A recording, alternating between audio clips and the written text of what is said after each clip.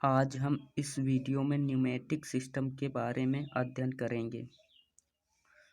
वायवीय प्रणाली। Pneumatic system होता क्या है? न्यूमेटिक सिस्टम वह प्रणाली है जिसके अंतर्गत हम वायु की दाब ऊर्जा को यांत्रिक ऊर्जा में बदलते हैं। वायु की दाब, संपीड़ित वायु की दाब ऊर्जा को यांत्रिक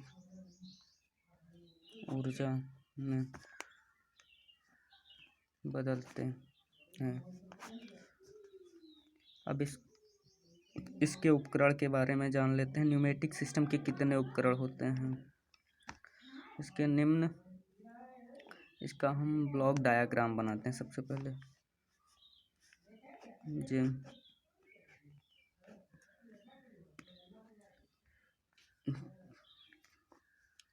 प्राइमरी मूवर मोटर होता है।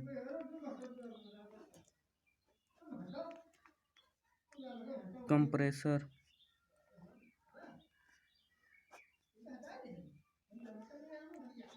रिसीवर होता है। यहाँ पर एनआरबी वाल्व, जहाँ पर कंट्रोल वाल्व होता है।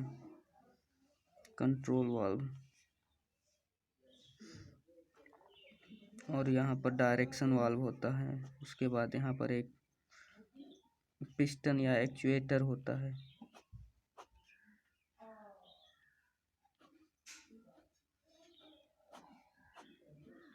जिस पे हमें संपीड़ित वायु के द्वारा बल प्राप्त होता है, क्योंकि जब यहाँ से कंप्रेस एयर आती है, इसके अंदर एकत्रित होती है, तो यह पीछे की ओर मोशन करेगा।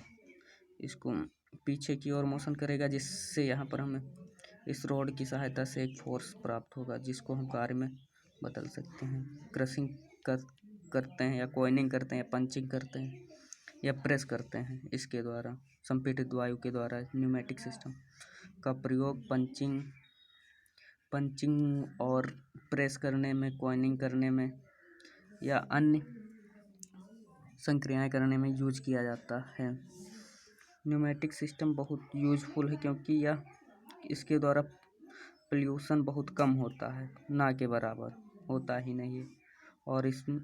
और यह आवाज़ भी नहीं करता है, वो भी बहुत यूजफुल है। अब इसका नामकरण कर लेते हैं। मोटर होता है, ये कंप्रेसर होता है, एनआरबी वाल्व होता है, रिसीवर होता है, ये कंट्रोल वाल्व हो गई, ये डायरेक्शन वाल्व, ये एक्चुएटर हो गया। ये एक्चुएटर डिफरेंट टाइप के हो सकते हैं।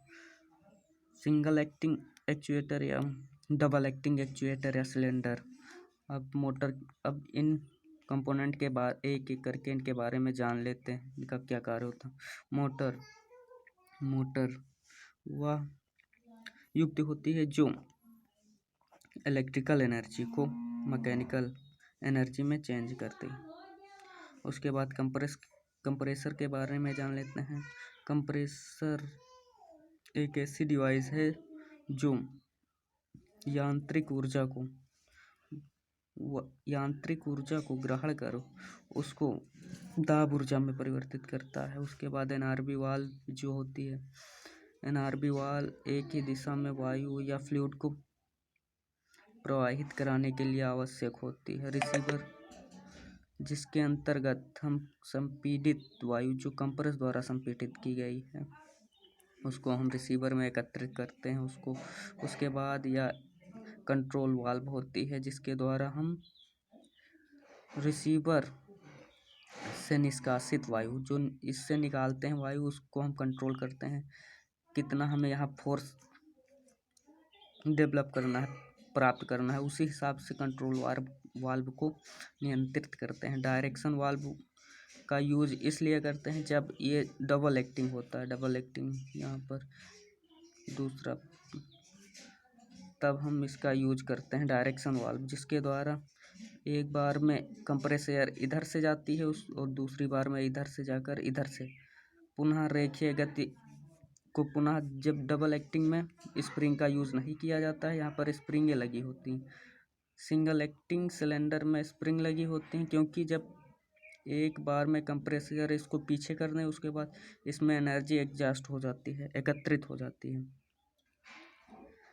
तो वह पुनः इसी पोजीशन में स्प्रिंग इसको ला देते हैं। और जब ये डबल एक्टिंग सिलेंडर होता है तब इसके द्वारा उपस्थित कंप्रेस एयर आगे पीछे किया करते हैं, इसको एडजस्ट करके। एक बार यहाँ से वायु जाती है, दोबारा दूसरा वाल्व जब खोलते हैं तो पीछे से वायु आगे की ओर सिलेंडर को ढकेलती है। इस प्रकार से इसका कार्य होता है। अब इसके हम न्यूमेटिक सिंबल जान लेते हैं, जैसे कि कंप्रेसर साधारणतः रेसिप्रोकेटिंग पश्चाग्र गति कंप्रेसर होता है, पश्चाग्र गति, क्योंकि ये हाई प्रेशर उत्पन्न करते हैं, उच्च दाब पर वायु को संपीड़ित करते हैं जो रिसीवर में एकत्रित करते हैं। अब कंप्रेसर का न्यूमेटिक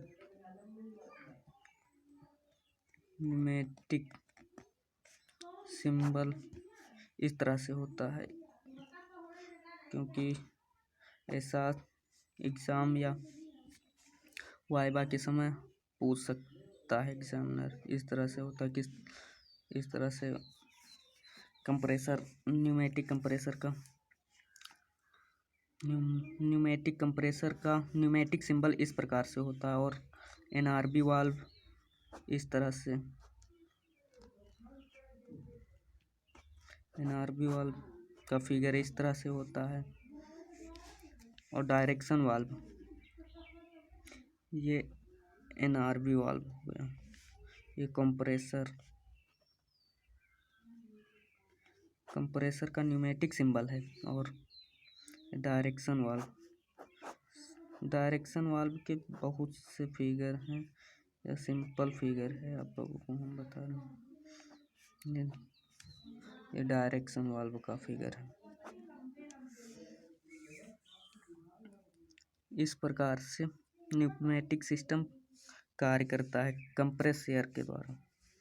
न्यूमेटिक सिस्टम संपूर्ण न्यूमेटिक सिस्टम कंप्रेस एयर पर आधारित है, क्योंकि कंप्रेस एयर में दाब ऊर्जा होती है, जिसको हम एक्चुएटर के द्वारा यांत्रिक ऊर्जा में चेंज करते हैं। रिसीवर में कंप्रेस एयर एकत्रित होती है, डायरेक्शन वाल्व दिशा निर्देशित करती है एक्चुएटर को, और एक्चुएटर जो होता है इसी का मेन वर्क होता है फोर्स कार्य में बदलना दाब ऊर्जा को। एक्चुएटर, इसमें एक पिस्टन होता है, पिस्टन रॉड होती है, स्प्रिंग होती हैं, जिसके द्वारा हमें फोर्स प्रदान करते हैं। जैसे कि यहाँ पर कोई रिजिड बॉडी रख देते हैं, इसके बीच में कोई वस्तु रख देते हैं जिससे हमें क्रशिंग करना होता है। उसके बाद इसको न्यूमेटिक सिस्टम को स्टार्ट करते हैं, जिसके द्वारा हम इसको क्रश कर लेते हैं रिजिड बॉडी को। इसके बहुत एप्लीकेशन हैं, ऑटोमोबाइल या रोबोटिक्स में, ऑटोमेटिक प्रोडक्शन में बहुत से इसके यूज़ हैं। थैंक्स।